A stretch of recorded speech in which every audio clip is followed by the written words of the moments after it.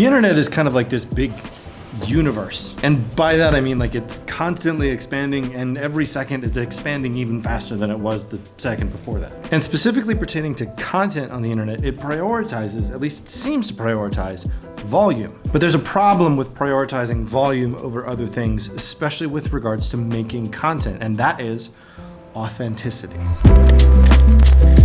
What's up? I'm Nick Friend. I make content about making content, and I want to talk about how to maintain authenticity when producing content for the internet. And by content, I mean videos, photos, music, blog posts, everything. Content, as in a story that you're telling from a unique perspective. Even things like individual tweets can be considered content. Now, I have been working in the film industry and in the digital space for video production for something like 11 years now.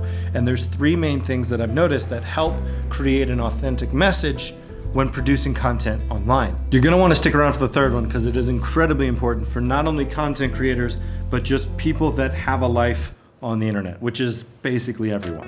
Now, shook the table. The first thing I want to talk about is showing parts of your life that legitimize your authenticity in the niche that you create content for. For instance, I oftentimes find myself in this silly little closet full of a bunch of silly filmmaking gear because it's part of my life and it's part of my industry. One of the reasons that I show something like that, this ridiculous closet behind me, is that it visually cements my authenticity in the world of film production and video production. Case in point, when you're on TikTok or YouTube and you're looking at content that's based around music, you will find the content creators creating that musical content in a studio setting. And by being in a place like that, it legitimizes visually their value in the niche that they're talking about. That's also why you see a lot of food-based content creators operating out of a kitchen rather than taking a Bunsen burner and putting it in the living room. It visually legitimizes the content that they're creating because you see them living and breathing the niche that they're talking about.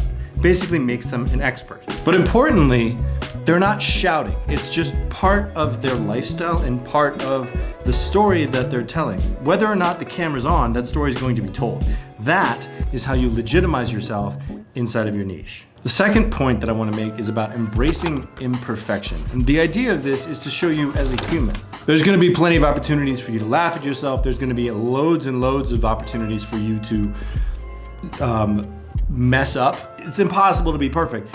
And cutting out or eliminating all of those moments of imperfection or moments of like less than perfect, all that stuff, that is something that people gravitate toward. So when you're producing your content, give yourself room to giggle and laugh and like not be super perfect all the time. You don't have to have every single second of your video exactly right. In fact, having imperfections is what makes it more relatable. Now, this third point is really, really important, and I want you to listen very, very carefully. When you are producing content, it is incredibly important to learn in public.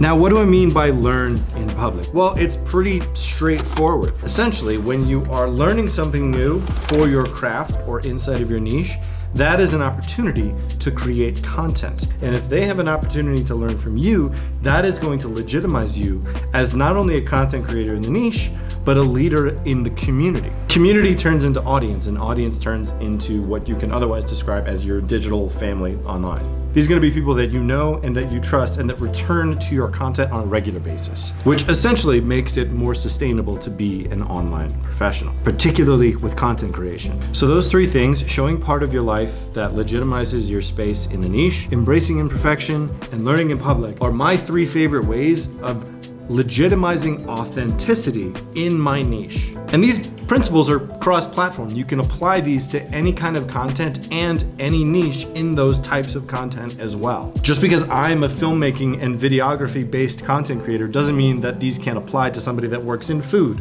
or gardening, or recycling, or sustainable living, or gymnastics. Whatever you want to do, you can apply these to that niche, and I guarantee you, you will find a more authentic message that you're creating, and your audience will have a more authentic message to receive. At the end of the day, it's just kind of like telling the truth to your audience, because that's what people appreciate, is truth and content. If you like content like this, please subscribe on YouTube. I make these as often as I can. I have a new series coming up that I'm really, really excited about. It's gonna be launching at the end of June, so please stick around for that. And if you want daily content, go visit me on TikTok.